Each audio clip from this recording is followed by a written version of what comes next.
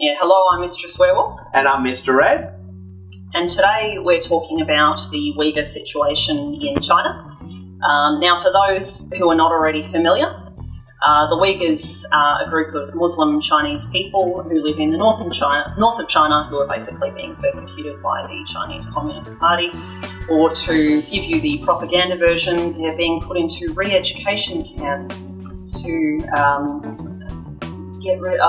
unradicalise them, to get rid of they're such radical Muslims apparently, and they were radicalised by the CIA.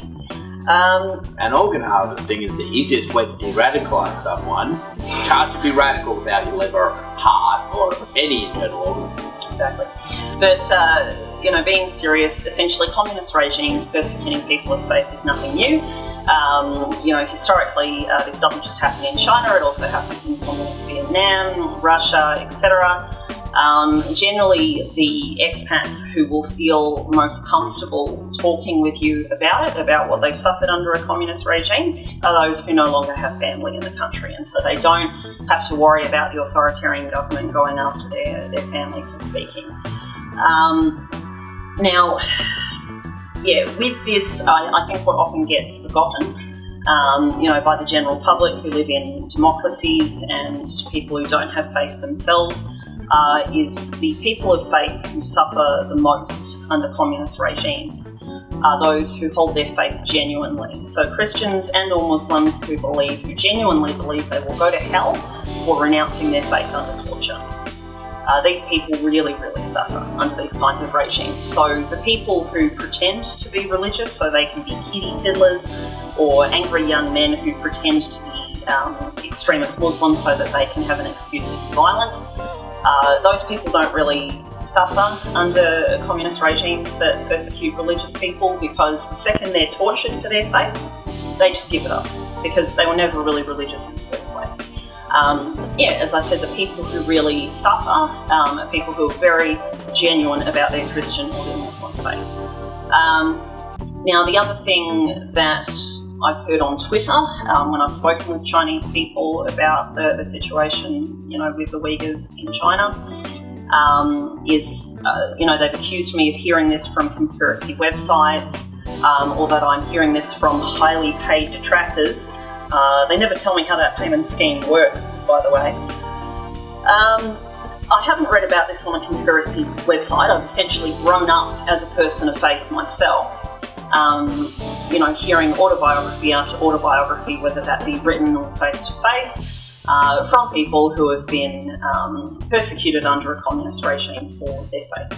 This is not new. This has been going on for a very long time.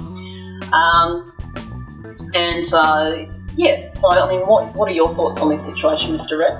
I think that this is the same persecution that happens in so many dictatorships.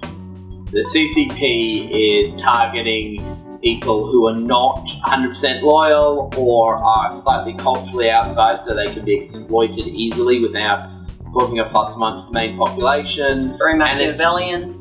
Not just the Uyghurs. They're doing it in Tibet and Taiwan. Hong Kong. Hong Kong, they're trying to. There's a lot of barriers in the way of that still, temporarily.